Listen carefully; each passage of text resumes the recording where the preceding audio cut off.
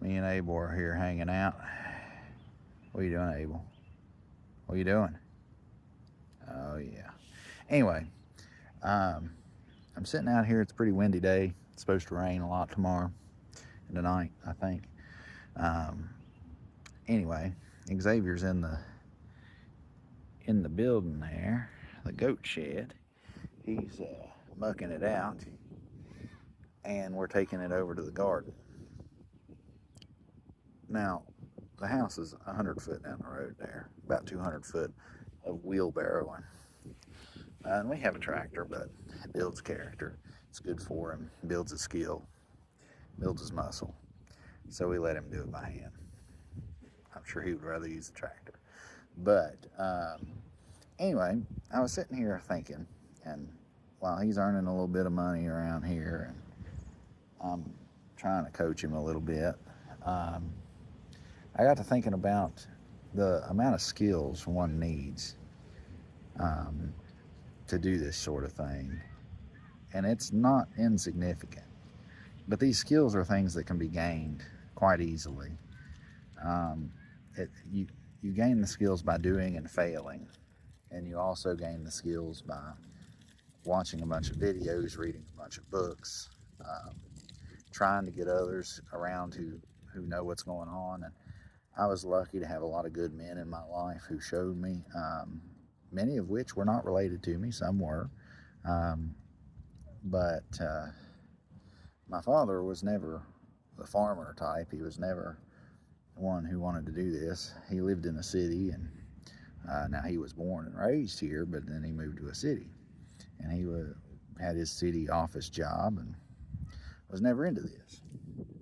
Um, so I had to learn from other men, and that's just the way it is. But having a mentor is important, and I did for a long time, and he died, and it's been hard on me ever since. It's been over 5 years. Um, but he didn't even have a farm. He did the prepping stuff and a little bit of the homesteading stuff, but not a lot. He didn't do goats and stuff like what I do. In fact, he didn't have chickens like I did either. He did more of the woodsman style stuff. But anyway, the importance of having someone like that, someone who knows what they're doing, is greater than you know, because there's so many skills to learn, and I just had to pick them up one at a time from other people, just individually, and um, it was difficult. Abel, boy, sit down there. Come on, sit down. You ain't gonna pay no attention. But anyway, I think about it. That light pole right there, wiring that in. Went and got my welding certificate. Learned how to weld and fix things. Didn't need the certificate, but I had to actually take a physical class. But the class was offered for free, um, so I took it. And I took 7 Saturdays, and I went and learned it. On the 8th Saturday, I took the exam, passed it, got my welding certificate, and so that was just an opportunity I had along the way, and I took advantage of it. So you've got to take advantage of all the opportunities you can to learn this stuff if you want to homestead. But anyway, I've used welding to build ramps, fix things, whatever. Um, I mean, roofing, plumbing, I use it all the time. And I use all these things.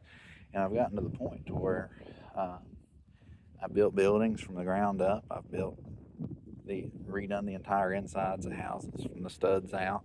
Um, I could very easily build an entire structure. Um, when I had my well dug, I didn't have enough money to have them to put in all the parts and pieces. So they just dug me the hole basically, and I had to learn how to put a well pump in and do all these things. So I had to learn how to move water and all of that. But anyway, um, it's just a matter of a lot of people who know this stuff just didn't have at some point, and they had to make it work if they wanted it, and they had to do it themselves if they wanted it. And it's a lot to figure out. But if you take the plunge, the best thing you could probably do is buy an old house and start by fixing it up. And if you can fix up that old house from the studs in, I mean, I even fixed the foundation. But if you're fixing everything, tearing all the old out, putting all the new in, and doing it all yourself, you will learn so much. And you'll learn most of what you need to do this homesteading stuff.